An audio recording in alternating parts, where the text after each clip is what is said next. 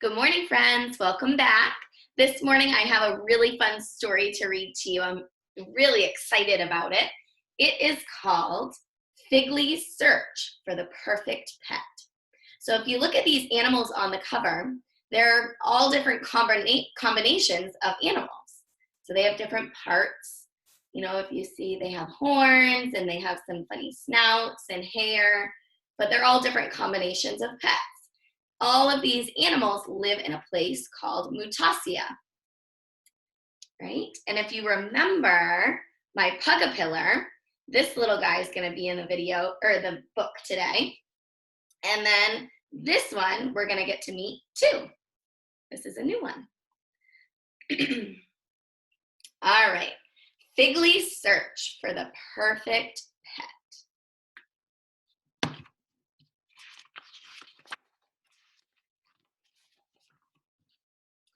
Welcome to the island of Mutasia, where everyone is a mixed up mix of two or more different animals. Mutasia is filled with so many kooky combinations, you'd have to see it to believe it. This is Figley. He's a happy little Mutasian who's part possum, part cow, and part bird. Figley loves playing outside and hanging upside down with his long possum tail.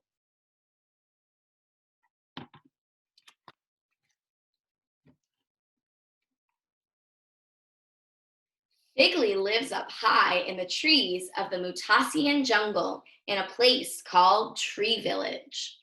He lives there with his friends, Zebetta and Chadwick. They're mixed up mixes of different animals too.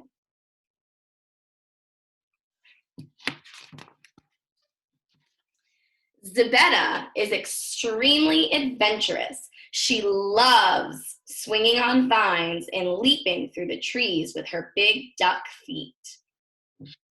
Chadwick is part elephant, so he never forgets. He's super duper smart and is always inventing goofy gadgets out of things he finds in the jungle.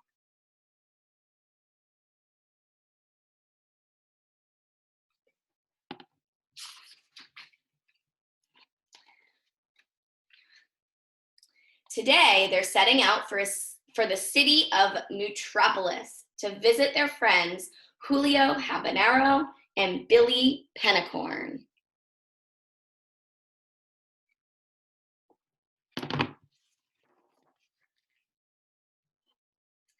Figley loves to visit the big city. It's just so different from life in the jungle, and his friends are so cool. So there is the little stuffy that I have.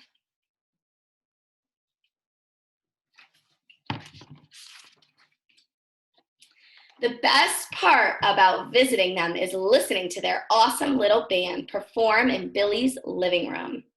Julio uses his crab claws to rock out on the guitar, while Billy sings as loud as her little penguin beak will allow.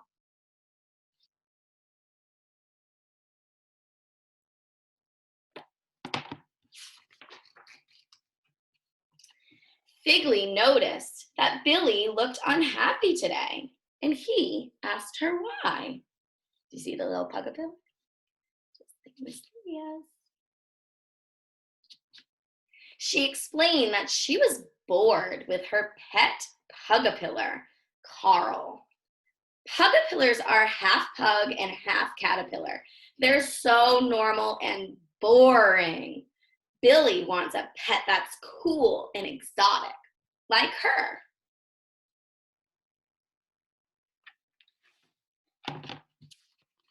Poor Pugapillar. Figley told Billy that living in the jungle has made him an expert in exotic pets. He'd be happy to help her find a new one. Then let's begin, yelled Figley. Let's find you your perfect pet. After a short time away, Figley burst through the door with a honking squonk. A squonk is part squid, so it has many long tentacles.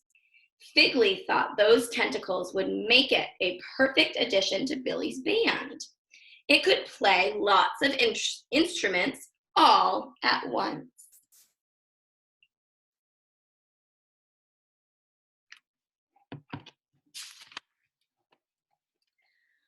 But the squonk is also part donkey, so it's very, very stubborn. It'll only play its favorite type of music, postmodern bluegrass disco. Billy and Julio do not like postmodern bluegrass disco music. So she asked Figley to find her a different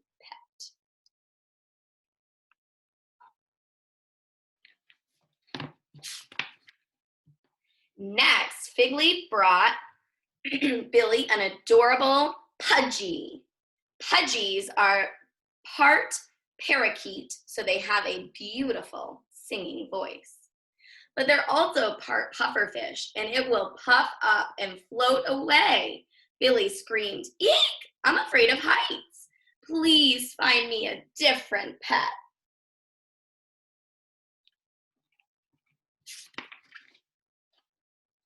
Figley next suggested a meowser. A meowser is a cat mixed with a lizard. So instead of coughing up hairballs, it coughs up scale balls. Gross. The Dolphony had a beautiful mane for Billy to brush and style, but sadly, this dolphin pony mix was very snobby. It didn't like any of the hairstyles she created. So Billy asked for a pet that's more fun.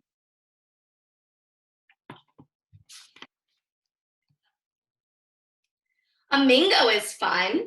It has a long neck, the long neck of a flamingo and the size of an elephant, making it a super cool playground for everyone to play on.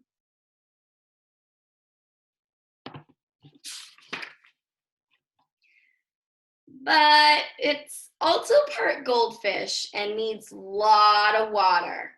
It takes up the whole bathtub.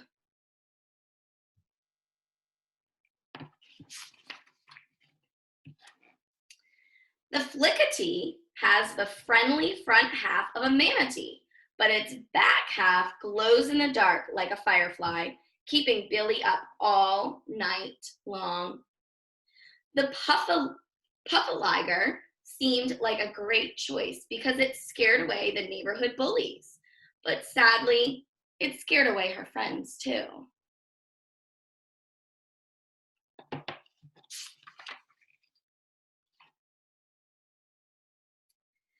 The Witten is part walrus, so it had to live in her ice-cold freezer. That was okay until it ate all the ice cream.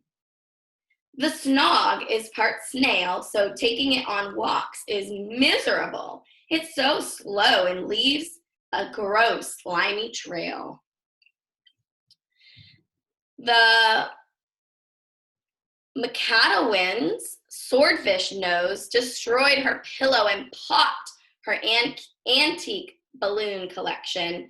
The Mookling built a nest on the furniture and knocked over vases with its antlers. And as for the Pygmelon, well, she couldn't even find it. Pygmalion, like a chameleon, but a pig.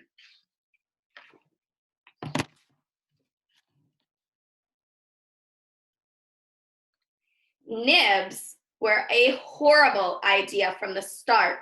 They're part mouse and have huge, sharp piranha teeth for eating your toys. They have 8 creepy spider legs and spin icky, sticky webs. Billy didn't like anything about the nibs. Figley was running out of ideas.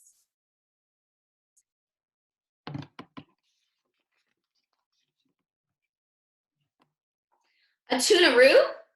A skunkatoo? A hissy poo? Crock-a-doodle-doo? No, no thanks, no way. Nope.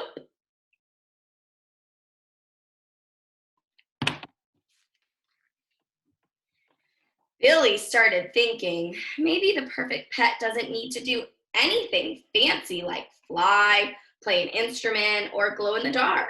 Maybe she just needs a pet that's part loyal and part loving. Something that stays out of trouble, mixed with something that's cute and cuddly. Finley leaped up in the air and shouted, "That's it! I know exactly what your perfect pet is." What do you think it's going to be?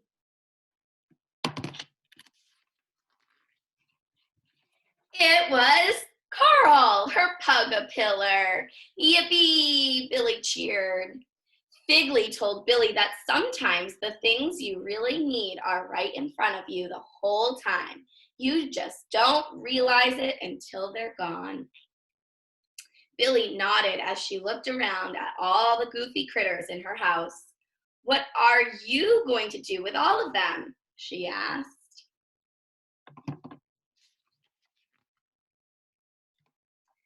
Figley gathered up the pets and marched them off into the sunset. As they disappeared beyond the horizon, he proclaimed, "I'm going to find them their perfect owners."